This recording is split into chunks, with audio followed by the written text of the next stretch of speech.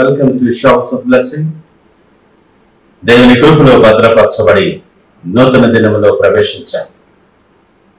ఈనాటి దేవుని వాగ్దానం, మీ ధైర్యమును విడిచిపెట్టకుడి, దానికి ప్రతిఫలముగా గొప్ప బహుమానము కలుగును.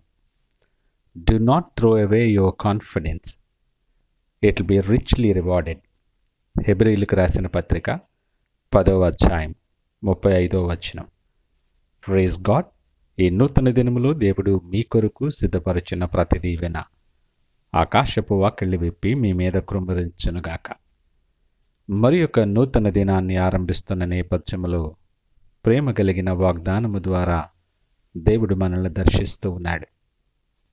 దేవుడు అనుగ్రహించిన మరి ఒక నూతన దినములో ధైర్యాన్ని కోల్పోవద్దు అని పిలుపునిస్తూ ఉన్నాడు. నిబ్బరముగా ఉండాలని నీ ధైర్యముతో ముందుకు సాగిపోతున్న నీ జీవనంలో అనేక పరిస్థితులు, అనేకమైన సంఘటనలు నిన్ను కలవరపెడుతూ ఉంటాయి. ఒకంత భయాన్ని కలుగు చేస్తాయి కూడా. ఏ విషయాల మీద నువ్వు ధైర్యంగా ఉన్నావో అవి కదిలింపబడినప్పుడు మన ధైర్యం బలహీనపడిపోద్ది. మన ఆలోచనలలో, కార్యాలలో పురోగతి నెమ్మదిగా మందగిస్తుంది.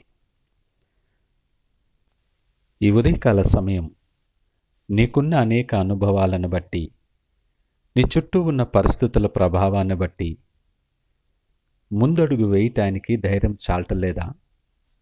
బలహీనపడుతున్నావేమో. అధైర్యపడద్దు. దేవుడు ధైర్యమును విడిచిపెట్టొద్దు అంటున్నాడు.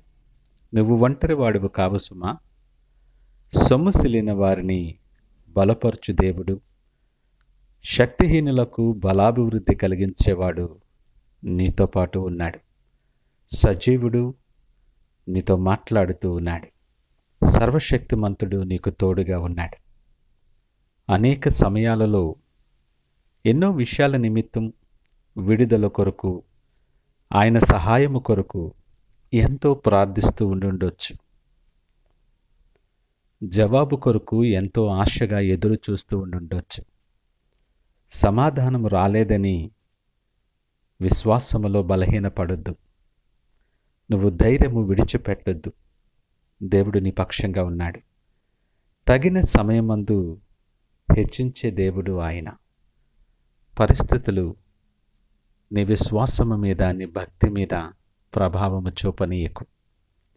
లేఖనం అంటుంది, నీ భక్తి నీకు ధైర్యము పుట్టించదా అని ప్రశ్నిస్తుంది. నీలో ఉన్నవాడు సర్వశక్తిమంతుడు. నీతో ఉన్నవాడు లోకములో ఉన్నవాని కంటే బలవంతుడు. ఆయన లోకమును జయించినవాడు నీకు ధైర్యాన్ని కలుగు చేస్తూ ఉన్నాడు. నువ్వు ధైర్యం విడిచిపెట్టొద్దు, బలహీనపడొద్దు. దీనికి ప్రతిగా గొప్ప బహుమానం నీకు కలుగు చేస్తాడు. నీ శత్రువు ఎంత బలవంతుడైనా, ఎంత భీకరమైనటువంటి వాడైనా ధైర్యాన్ని విడిచిపెట్టకు. నిబ్బరముగా ఉండు. నీ పక్షమున ఆయన యుద్ధము చేస్తాడు. నువ్వు పోట్లాడనవసరం పని లేదు. నువ్వు యుద్ధము చేయవలసిన పని లేదు. నువ్వు ఊరకే నిలుచుండి ఆయన కలుగు చేసిన రక్షణను చూసే ధన్యత నీకు అనుగ్రహిస్తున్నాడు. గొప్ప విడుదల, అద్భుతమైన దీవెన నీ స్వంతం. నమ్ముచున్నవా? అయితే ధైర్యం విడిచిపెట్టకు. నీ భక్తి, విశ్వాసం నీకు ధైర్యాన్ని కలుగు చేస్తుంది.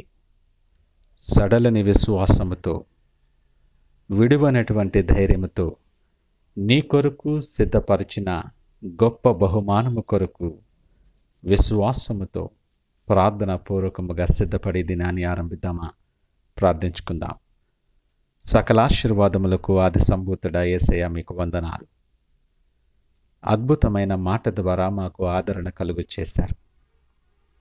అనేకమైన పరిస్థితులు మమ్మలను కలవరపెడుతూ ధైర్యాన్ని కోల్పోయేలా చేస్తున్నాయి.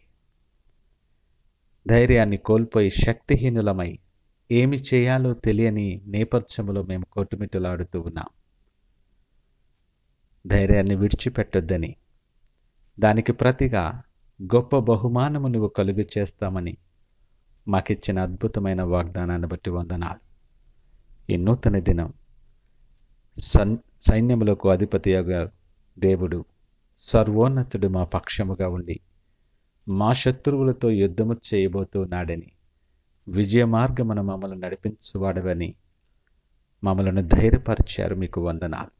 ఆ విశ్వాసముతో మీరు సిద్ధపరిచిన గొప్ప దీవెన మార్గములో మా కొరకు సిద్ధపరిచిన గొప్ప బహుమానాన్ని మేము పొందుకోవటానికి మీకు ఇష్టలైన బిడ్డలుగా మీరు నడిపించి దీవించి మీరే మహిమ ఘనత ప్రభావాలు పొందమని యేసు నామమున అడిగి వేడుకొనిచున్నాము తండ్రి. ఆమేన్. God bless you.